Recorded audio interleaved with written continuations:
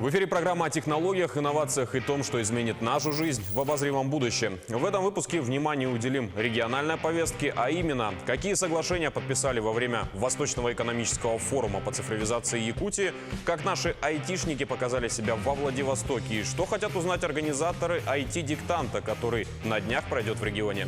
Обо всем этом и не только в ближайшие несколько минут. Поехали!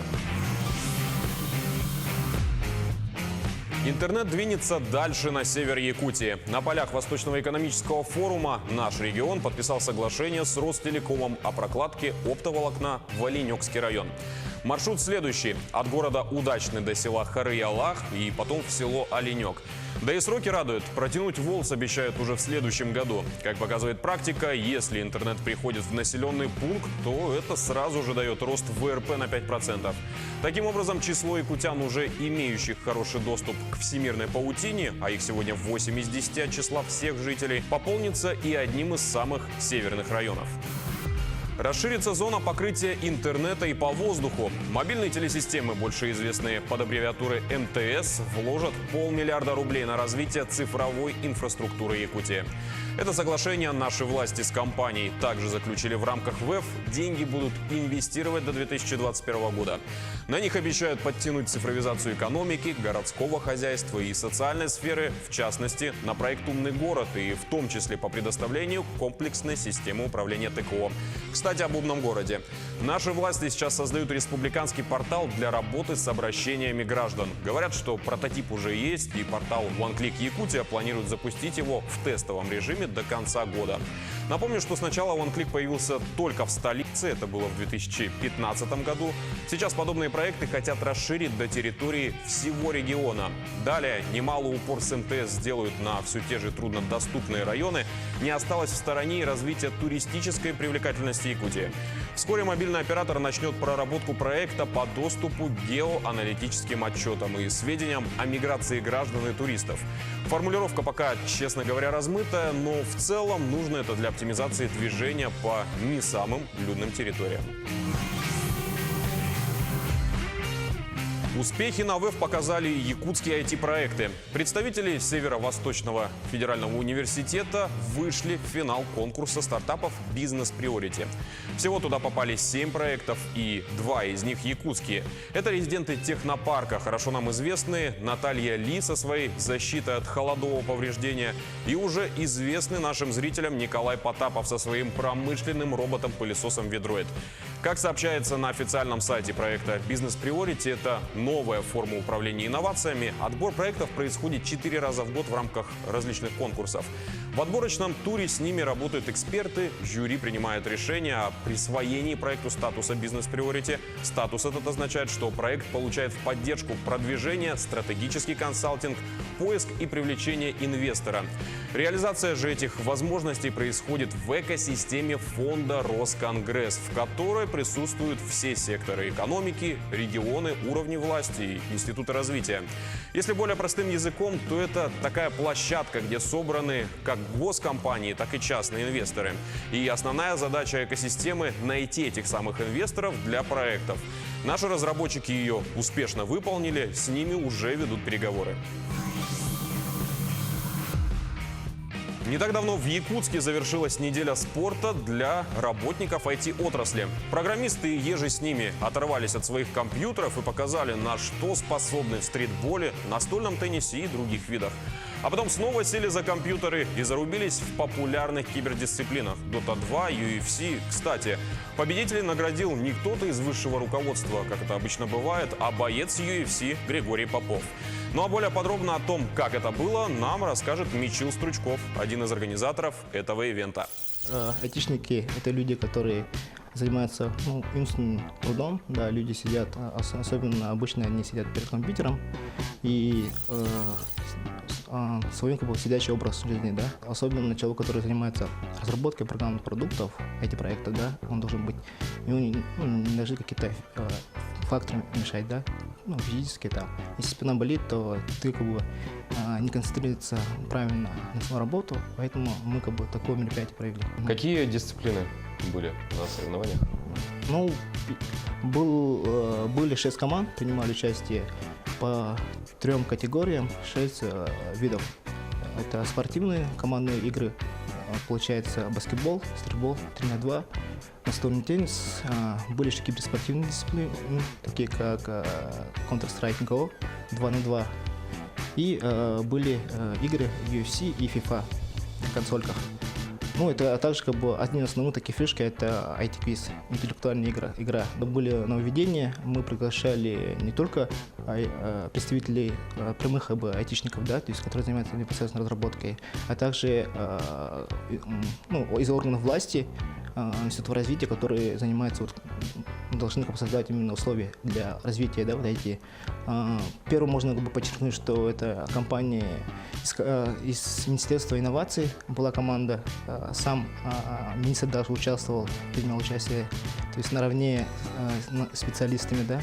Это очень похвально, потому что надо выходить на такой площадке, это же все равно как бы налаживание связей, и надо знать именно людей, с кем ты работаешь. Вот. И, конечно, у нас две команды были резиденты IT-парка.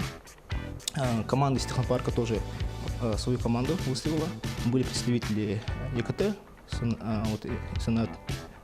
И вот 6 команд мы участвовали в одной площадке. По всем баллам мы определили абсолютно чемпиона. Оказалось, что первое место заняли две команды. То есть это компания Сенат и сборная команда из резидентов IT-парка. То есть мы на месте разыграли кубок, то есть капитана вызвали, и капитаны, как по-мужски, решили вопрос. С помощью камень, ножницы, бумага, то есть они определили. И досталось кубок, конечно, представителям IT-парка, да, вот резидентам. На следующий день как бы заказали новый кубок, и уже как бы достойным победителям компании «Сенат» мы вручили тоже второй кубок. Если по киберспортивным дисциплинам не возникает сомнений, то, что ребята себя показали хорошо, как они показали себя в традиционных видах спорта? Я сказал бы, даже очень хорошо, потому что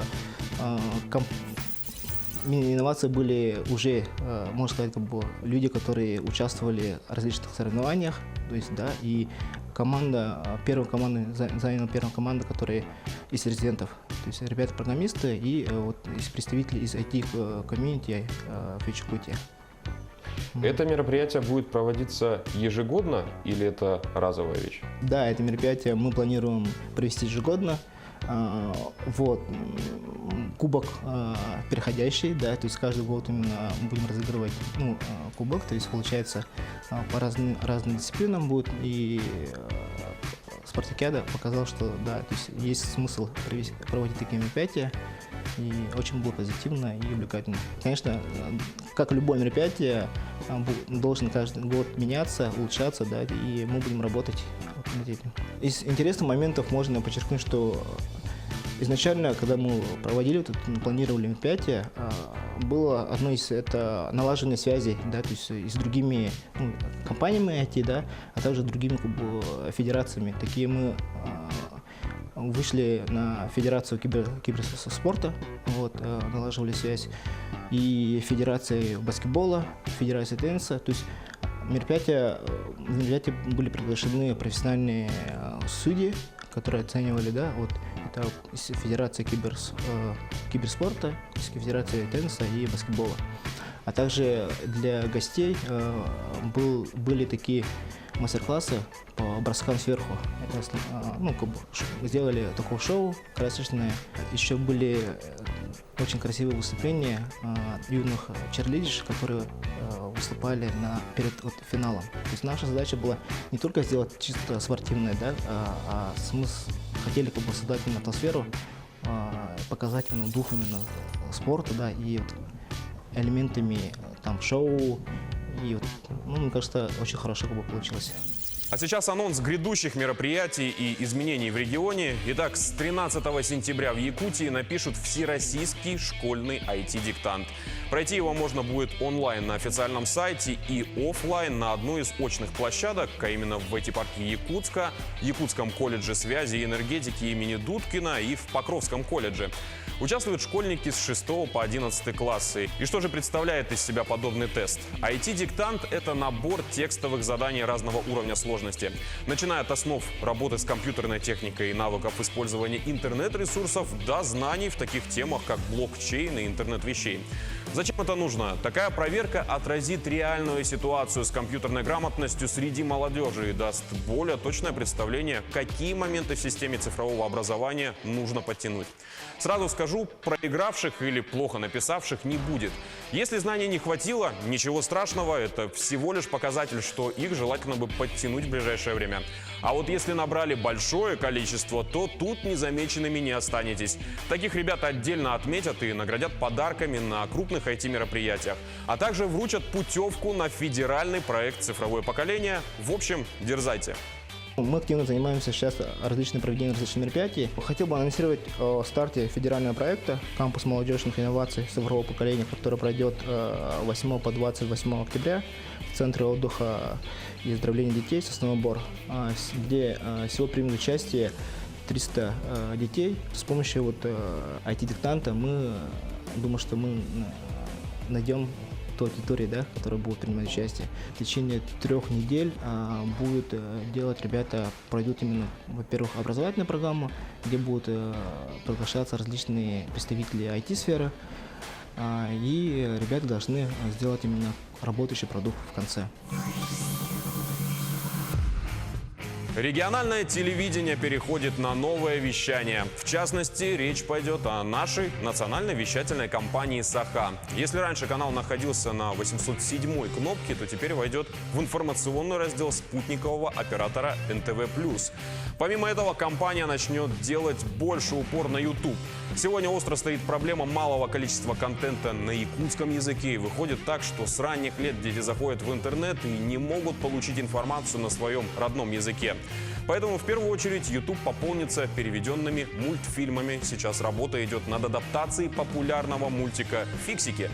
Не обойдут стороной и взрослую аудиторию. Начиная с нового сезона будет сниматься по 7 сериалов в год. Это и продолжение уже полюбившихся «Тайна одного лета», «Иза и Лиза», «Ложный пафос», а также совершенно новые проекты. В общем и целом посмотреть будет на что, а сам канал будет доступен на всех популярных платформах. Ну а на сегодня все. Повтор программы вы найдете на YouTube-канале Якутия24, а также в Instagram-аккаунте як24.ру. Увидимся ровно через неделю. Всего доброго.